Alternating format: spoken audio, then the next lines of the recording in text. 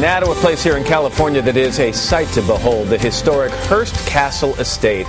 It is complete with 56 bedrooms, 61 bathrooms, magnificent swimming pools, even an exotic zoo and gardens. Victoria Kastner has been its historian for 30 years. She's written the new book, Hearst, San Simeon, the Gardens and the Land. Victoria, nice to see you. Hi, Matt. Hello. I was just kind of browsing through the book. I mean, it is a beautiful place. Why is it so special to you?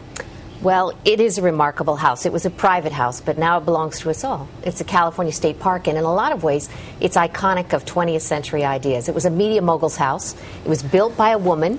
Its hostess was a movie star, and it was immortalized by a film, Citizen Kane. William Randolph Hearst was a huge tycoon. He surrounded himself and mingled with the rich and very powerful. Take me back to the heyday of Hearst Castle. If I had been lucky enough to get an invitation to a big party there, who would I have run into? Well, it was the 20s and 30s, primarily the heyday, and you would have seen Charlie Chaplin, the Marx Brothers, Greta Garbo, Jean Harlow, and also, not just the Hollywood people. Winston Churchill was a guest.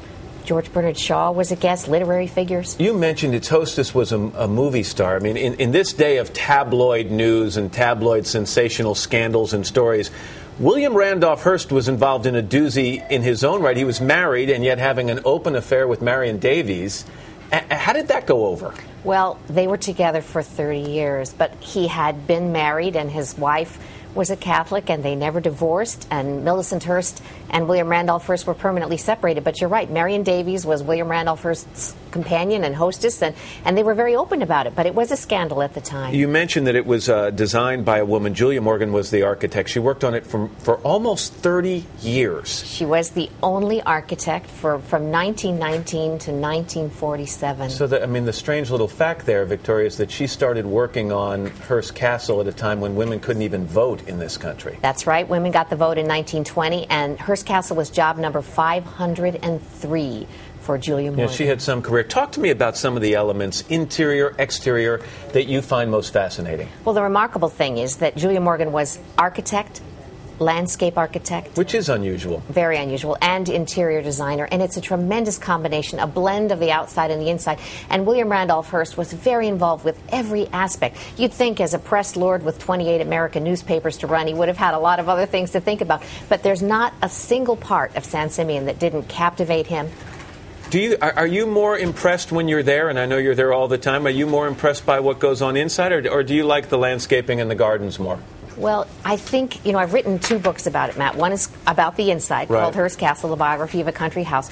But one is about the outside, and I really think that was the part that meant the most to William Randolph Hearst and Julia Morgan, the matchless California landscape and creating the gardens of Hearst Castle. It's funny because I remember going there, and there are some aspects of it that are I'm talking about the landscape architecture, very, very formal, and some aspects of it that are much more informal. It was a tremendous combination of sculpture from the 1920s and 30s, and then ancient pieces from Rome. And, of course, the most magnificent thing is the setting. Yeah, it really is a stunning place. Anybody who gets a chance to go visit it should. And this book is beautiful. It really is. You should be very proud of this. Well, thank you. And I have a photographer whose name is also Victoria Goragliano, and she did all of the photographs, and they are magnificent. Well, it's nice to see you. Thanks for coming in. Thank you, Matt. My pleasure.